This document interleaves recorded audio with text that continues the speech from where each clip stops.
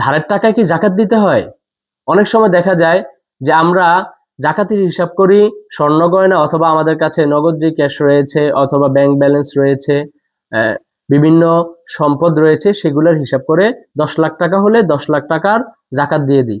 কিন্তু ধারের যে টাকাটা রয়েছে, যেটা এখন আমার কাছে নাই, সেই জিনিসটার বিষয় নিয়ে আমরা কনফিউজড থাকি যে এটা কি জাকাত আসে কিনা। অথবা অনেক সময় দেখা যায় ব্যবসায়ীরা ব্যবসায়িক যে পণ্য রয়েছে সেগুলোর হিসাব করে বা নগদ ক্যাশের হিসাব করে জাকাত দেন, কিন্তু যে পাওনা টাকা রয়ে গিয়েছে, যেমন বিভিন্ন প্রতিষ্ঠান বাৎসরিক হারে ঋণ নেয়, বাৎসরিক হারে পণ্য নেয়, পণ্য নেওয়ার পরে বছরে একবার বা দুইবার বা 3 মাস পর পর পরিশোধ করেন। তো জাকাত দেওয়ার সময় এই টাকাগুলা হিসাব করতে হবে কি হবে না, এটা খুবই গুরুত্বপূর্ণ একটি বিষয়, এটা জানা সবার জন্য খুবই জরুরি। আসলে অন্যান্য টাকার উপর যেমন জাকাত ফরজ, তেমনি এই পাওনা টাকার উপরও জাকাত ফরজ। এখন এই পাওনা টাকা বা ধারের টাকা জাকাত দিবে কে? যে ব্যক্তি পেয়েছে সে, না যে ব্যক্তি দিয়েছে সে?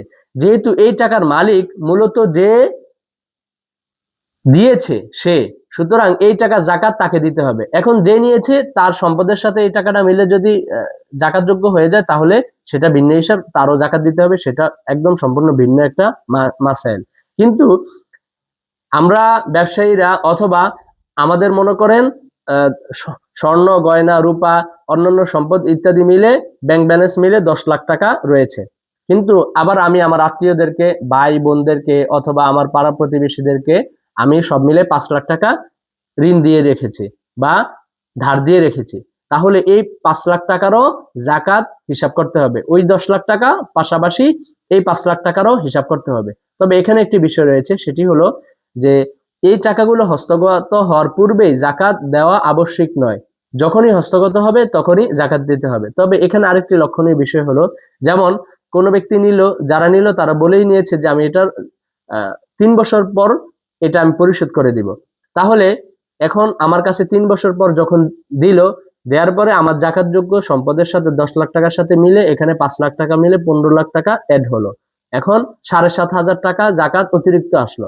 এখন আমি কি এই বছরেরই বা এখন যে টাকাটা মিলিত হয়েছে এই 7,500 টাকায় দিব, নাকি বিগত যেই 2 বছর গেল, 3 বছর, বিগত যে 3 বছর, এই বছরটা তো আমি এখন দিচ্ছি, বাকি যে 2 বছর গেল এই 2 বছরের টাকাও কি আমার দিতে হবে এখন? কারণ টাকা তো আমার কাছে ছিল না, আমি কিভাবে দিব?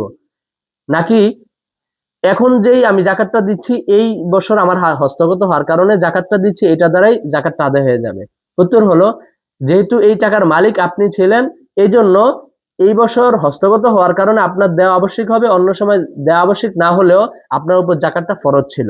সুতরাং হিসাব করে 3 বছরের 7,500 টাকা করে 3 বছরের জাকাত দিতে হবে। এই বছরের 7,500 টাকা দিব, গত বছরের 7,500 এবং তার আগের বছরেরও 7,500 টাকা হিসাব করে জাকাত দিতে হবে। সুতরাং মূল কথা হলো যে ধারের টাকায়, ঋণের টাকায়ও জাকাত আসবে, এটাও মাফ হবে না। আশা করি সকলে বুঝে এসেছে। আসসালামু আলাইকুম ওয়া রাহমাতুল্লাহি ওয়া বারাকাতুহু।